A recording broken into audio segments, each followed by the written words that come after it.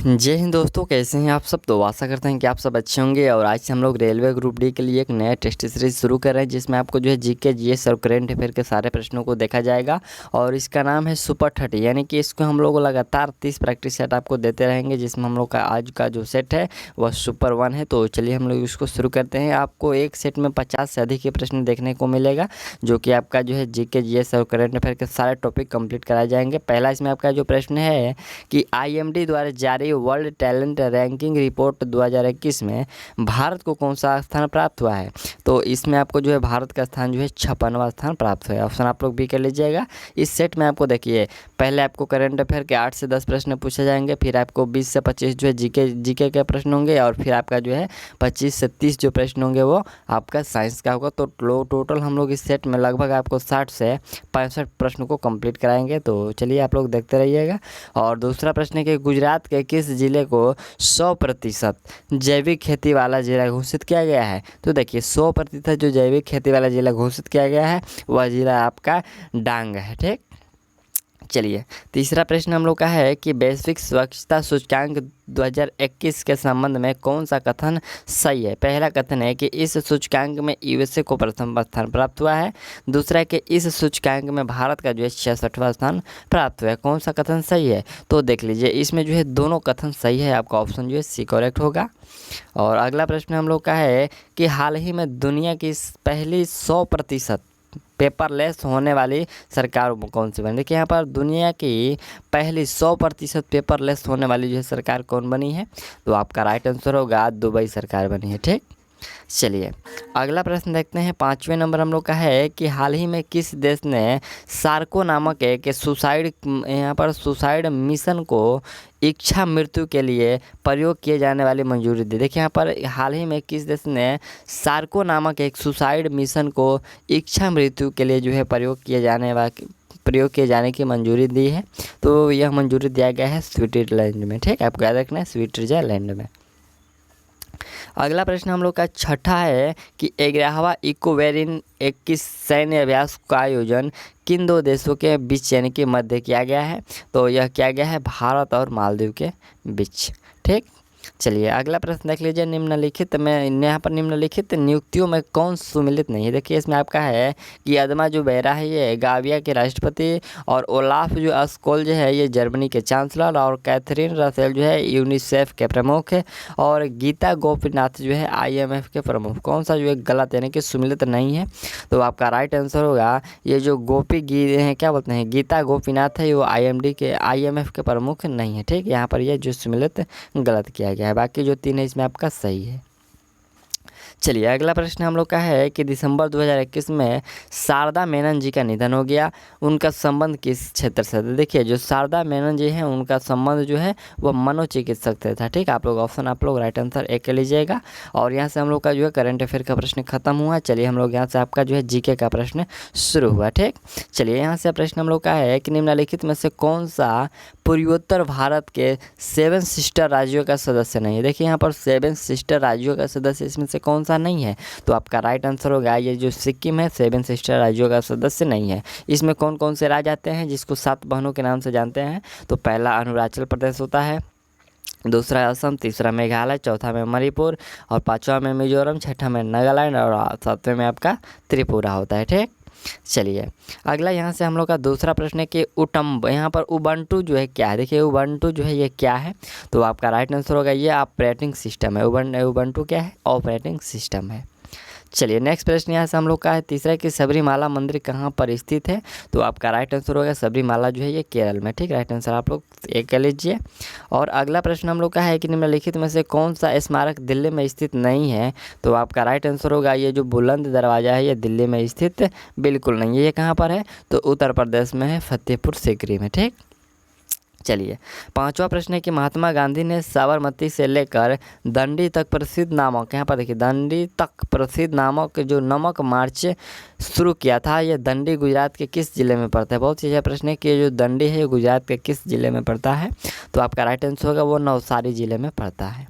छठा प्रश्न देख लीजिए कि स्वराज मेरा जन्मसिद्ध अधिकार है और मैं इसे लेकर रहूँगा, यह कथन है जो किसका है, तो स्वराज मेरा जन्मसिद्ध अधिकार है, और यह कथन जो है बाल गंगाधर तिलक का है। ऑप्शन आप लोग से जो है करेक्ट कर लीजिए। चलिए अगला यहाँ से हम लोग का 7वें नंबर प्रश्न है कि 1 अप्रैल 2019 के किन दो बैंकों को यहाँ पर बैंक ऑफ बड़ौदा में विलय कर दिया गया है। तो बैंक ऑफ बड़ौदा में विलय कर दिया गया है विजया बैंक और देन बैंक। आपको याद रखना है विजया बैंक और देन बैंक को जो है बैंक ऑफ बड़ौदा में विलय कर दिया गया है। अगला प्रश्न हम लोग का है कि भारत में केंद्रीय आलू अनुसंधान संस्थान CPRI कहाँ स्थित है। तो देखिए यह जो CPRI है आपको शिमला में है। ठीक, ऑप्शन आप लोग एक कर लीजिएगा, ये शिमला में है। अगला प्रश्न यहाँ से हम लोग का है कि निम्नलिखित में से कौन सा देश भी यहाँ पर विश्व टेक, देखिए जो विश्व टेक का सदस्य नहीं है। तो आपका राइट आंसर होगा ये जो मालदीव है, ये विश्व टेक का सदस्य बिल्कुल नहीं है। ठीक, चलिए अगला प्रश्न हम लोग का है कि प्रार्थना समाज के संस्थापक कौन थे। तो आपका राइट आंसर होगा प्रार्थना समाज के जो संस्थापक थे आत्माराम पांडुरंग थे। ठीक, ऑप्शन आप लोग भी कर लीजिएगा। और अगला प्रश्न हम लोग का है कि इनमें से दक्षिण अमेरिका के कौन से देश 2 स्थल रुद्ध हैं। तो ये जो 2 स्थल रुद्ध है आपका राइट आंसर होगा पराग्वे और बोल्विया। ऑप्शन आप लोग एक करेक्ट कर लीजिएगा। यदि आपको किसी भी प्रश्न में दिक्कत हो तो आप लोग कमेंट करिएगा। और 12 नंबर प्रश्न हम लोग का है कि किस भारतीय राज्य की मुख्य भूमि की तट रेखा सबसे लंबी है। देखिए यहाँ पर तट रेखा सबसे जो लंबी है वह गुजरात की है। ऑप्शन आप लोग डी कर लीजिएगा। गुजरात जिसकी हम लोग लंबाई की बात करें तो 1214.7 किलोमीटर है। ठीक, इसकी तट रेखा। अगला प्रश्न यहाँ से हम लोग का 13 नंबर है कि निम्नलिखित में से कौन सा दर्रा श्रीनगर और लेह को जोड़ता है। तो श्रीनगर और लेह को जो जोड़ता है वो जोजिला दर्रा है। ठीक, चलिए नेक्स्ट प्रश्न हम लोग का है कि महाराष्ट्र ने केंद्रीय सार्वजनिक क्षेत्रक उपक्रमों की सूची में निम्नलिखित में कौन सी कंपनी शामिल है। तो देखिए इसमें जो आपका कंपनी शामिल है वह आपका कोल इंडिया लिमिटेड जो है शामिल है। ठीक, चलिए अगला प्रश्न हम लोग का 15 नंबर कि भारत के किन 2 शहरों के बीच पहले जो है semi high speed train Vande Bharat express, देखिए यहाँ पर वंदे भारत एक्सप्रेस चलाई गई। तो यह जो चलाया गया है नई दिल्ली और बनारसी जंक्शन के बीच चलाया गया है।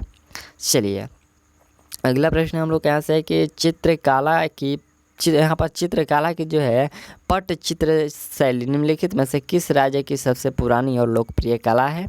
तो यह लोकप्रिय कला है ओडिशा की। ठीक, चलिए नेक्स्ट प्रश्न यहाँ से हम लोग देखते हैं निम्नलिखित में से कौन भारत के सबसे युवा राष्ट्रपति थे। बहुत ही अच्छा प्रश्न है कि सबसे युवा राष्ट्रपति भारत के कौन थे। तो आपका राइट आंसर होगा श्री नीलम संजीव रेड्डी जो थे भारत के सबसे युवा राष्ट्रपति थे। ठीक, चलिए अगला प्रश्न है कि इंटरनेशनल कोर्ट ऑफ जस्टिस का हेडक्वार्टर कहाँ है। इंटरनेशनल कोर्ट ऑफ जस्टिस का हेडक्वार्टर कहाँ है। तो आपका राइट आंसर होगा ये दी हैंग में है। ठीक, चलिए अगला पॉइंट हम लोग का है कि गोभी मरुस्थल निम्नलिखित में से किस महाद्वीप में स्थित है। तो आपका राइट आंसर होगा गोभी मरुस्थल जो है ये एशिया में है। ठीक, अगला यहाँ से हम लोग का 20 नंबर जो प्रश्न है कि राज तरंगिणी के लेखक कौन है। तो राज तरंगिणी के जो लेखक हैं आपके कल्हण है। ठीक, ऑप्शन आप लोग डी कर लीजिएगा। दूसरा प्रश्न कि पानीपत का जो दूसरा युद्ध है अकबर और हेमू के बीच जो है किस वर्ष लड़ा गया था। तो आपको याद होगा पानीपत का जो दूसरा युद्ध है यह 1556 में लड़ा गया था। ठीक, पहला कब, तो 1526 में। चलिए अगला यहाँ से हम लोग का प्रश्न है कि निम्नलिखित में से कौन सा देश संयुक्त राष्ट्र सुरक्षा परिषद का अस्थायी सदस्य नहीं। देखिए यहाँ पर अस्थायी सदस्य कौन सा नहीं है। तो आपका राइट आंसर होगा जो जापान है ये अस्थायी सदस्य नहीं है। ठीक, चलिए अगला प्रश्न हम लोग का है कि लोकसभा के सदस्यों की अधिकतम संख्या कितनी है। देखिए लोकसभा के सदस्यों का जो अधिकतम संख्या है वो आपको 552 है। और अगला प्रश्न यहाँ से हम लोग का 24 नंबर है कि किस सिख गुरु ने खालसा पंथ की स्थापना की। तो खालसा पंथ की जो स्थापना है श्री गुरु गोविंद सिंह के द्वारा किया गया था। ऑप्शन आप लोग डी कर लीजिएगा। कब किए थे, तो 1699 ईस्वी में किए थे। ठीक है, आपको याद रखना है खालसा पंथ की स्थापना कब हुआ था, तो 1699 ईस्वी में। चलिए अगला यहाँ से हम लोग का प्रश्न है कि कंप्यूटर के किस भाग को उसका मस्तिष्क कहा जाता है। तो देखिए कंप्यूटर का मस्तिष्क कहा जाता है CPU का, जिसका फुल फॉर्म होता है सेंट्रल प्रोसेसिंग यूनिट होता है। ठीक, चलिए यहाँ से हम लोग का जो है 25 प्रश्न जीके का भी कंप्लीट हो गया। और चलिए हम लोग यहाँ से जो है आपका साइंस का प्रश्न जो है शुरू हुआ। ठीक, प्रश्न देख लीजिए। प्रश्न है कि एस्टिगोमेटिज्म एक बीमारी है किसकी। तो यह जो बीमारी होता है आपको आँख की एक बीमारी है एस्टिगोमेटिज्म। ठीक, चलिए दूसरा प्रश्न है कि विश्व स्वास्थ्य दिवस कब मनाया जाता है। तो आपका राइट आंसर होगा विश्व स्वास्थ्य दिवस जो है 7 अप्रैल को मनाया जाता है। चलिए अगला प्रश्न हम लोग का है कि मेलाकोनाइट किस धातु, यहाँ पर किस धातु का खनिज है।